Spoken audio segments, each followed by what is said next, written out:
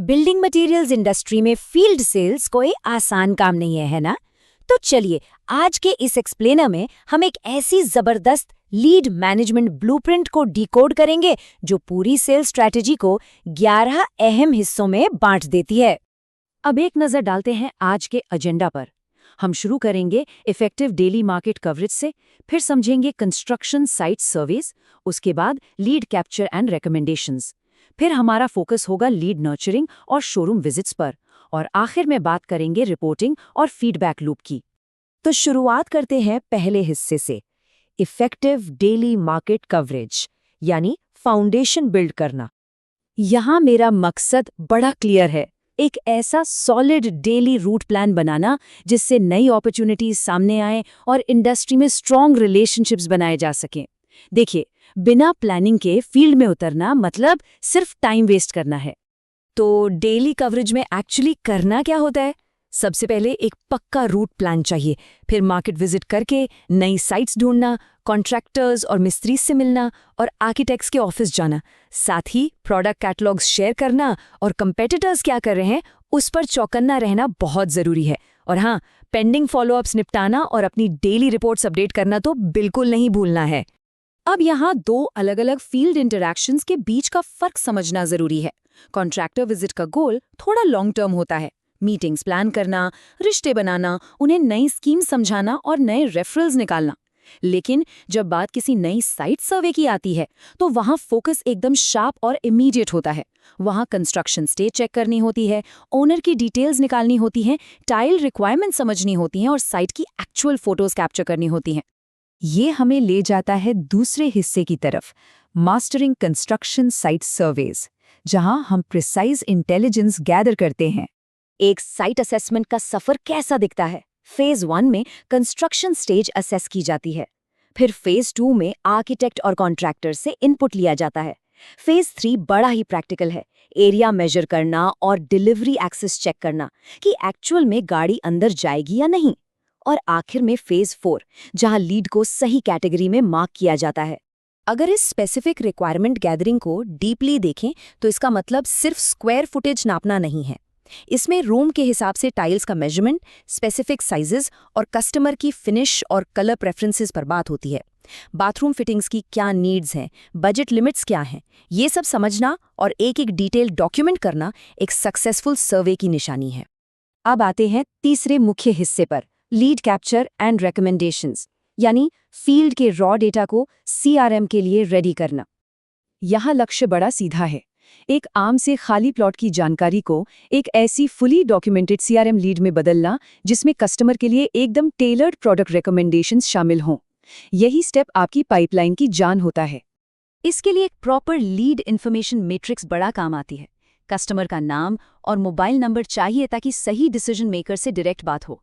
Budget और quantity से potential revenue का अंदाजा लगता है। एक व्हाट्सएप कन्फर्मेशन आना चाहिए ताकि बिना किसी डिले की कम्युनिकेशन शुरू हो सके। और सबसे अहम, अगला फॉलो अप डेट बिल्कुल फिक्स होना चाहिए ताकि प्रोसेस आगे बढ़े। जब प्रोडक्ट रेकमेंड करने की बारी आए तो इस चेकलिस्ट को फॉलो करना असरदार होता है।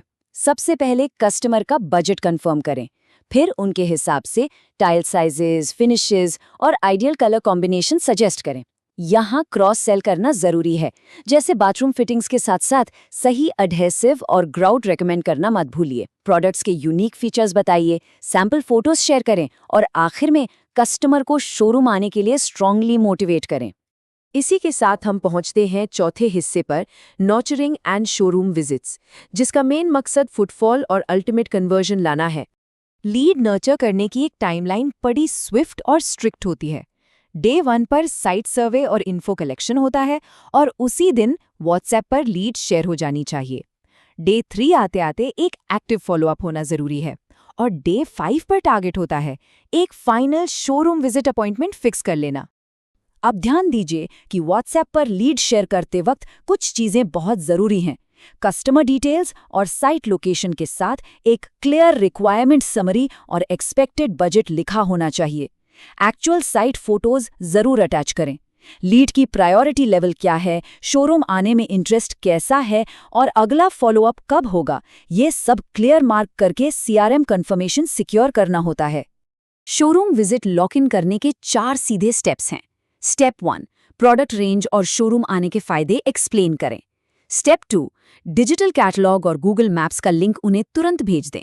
स्टेप 3, कस्टमर को अपनी फैमिली के साथ आने के लिए एनकरेज करें, क्योंकि फैमिली जब साथ होती है तो डिसीजंस जल्दी होते हैं। और करंट ऑफर्स भी समझाएं। और स्टेप 4, अपॉइंटमेंट फिक्स करके उस दिन एक पोलाइट रिमाइंडर कॉल जरूर करें। अगर लीड तुरंत कन्वर्ट नहीं होती तो एक्टिव फॉलोअप प्रोटोकॉल शुरू करना चाहिए।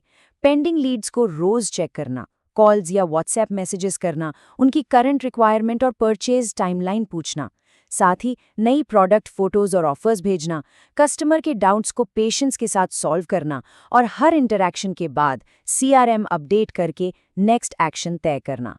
इसे बस कोल्ड मत पड़ने दीजिए। आखिर में आते हैं 5वें हिस्से पर, रिपोर्टिंग एंड फीडबैक लूप, जिसमें सक्सेस को ट्रैक किया जाता है और लंबे समय का सैटिस्फैक्शन इंश्योर किया जाता है। इस रिपोर्टिंग का मकसद सिर्फ पेपर भरना नहीं है। एक्यूरेट ट्रैकिंग इसलिए होती है ताकि मेहनत से बनती हुई कोई भी अपॉर्चुनिटी हाथ से ना फिसले, और पोस्ट सेल फॉलोअप्स के जरिए एक long term customer satisfaction build किया जा सके। एक सॉलिड डेली विजिट रिपोर्ट के अंदर 3 चीजें होना मस्ट है। पहला, मैट्रिक्स, यानी टोटल कितनी विजिट्स हुई और दिन भर का डेटा। दूसरा, लीड इंटेल, कितनी नई लीड्स आईं, हॉट लीड्स कौन सी हैं और अगला फॉलोअप कब है। तीसरा, और बहुत अहम, मार्केट इंटेल, कॉम्पिटिटर आजकल क्या कर रहा है, साइट्स की रिक्वायरमेंट्स क्या है और साइट फोटोज। ये पूरी रिपोर्ट आगे की स्ट्रैटेजी क्लियर कर देती है। डील फाइनल होने और सामान पहुंचने के बाद फीडबैक कलेक्शन प्रोटोकॉल एक्टिवेट होता है।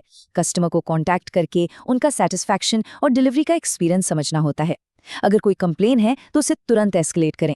उनसे डायरेक्टली पूछें कि और क्या बेहतर किया जा सकता है, क्या कोई रिपीट या फ्यूचर रिक्वायरमेंट है, और आखिर में एक गूगल रिव्यू के लिए प्यार से रिक्वेस्ट करें। ये छोटी छोटी चीजें रिलेशंस को बहुत मजबूत बनाती हैं। तो अब इस पूरे एक्सप्लेनर को समझने के बाद जरा एक जरूरी सवाल पर गौर कीजिए। इस पूरे लीड लाइफ साइकिल में ऐसी कौन सी स्टेज है जहां सबसे ज्यादा पोटेंशियल रेवेन्यू हाथ से निकल रहा है? पाइपलाइन में आखिर लीक कहाँ है? इस पर विचार कीजिए ताकि वीक लिंक्स को पहचानकर उन्हें ठीक किया जा सके।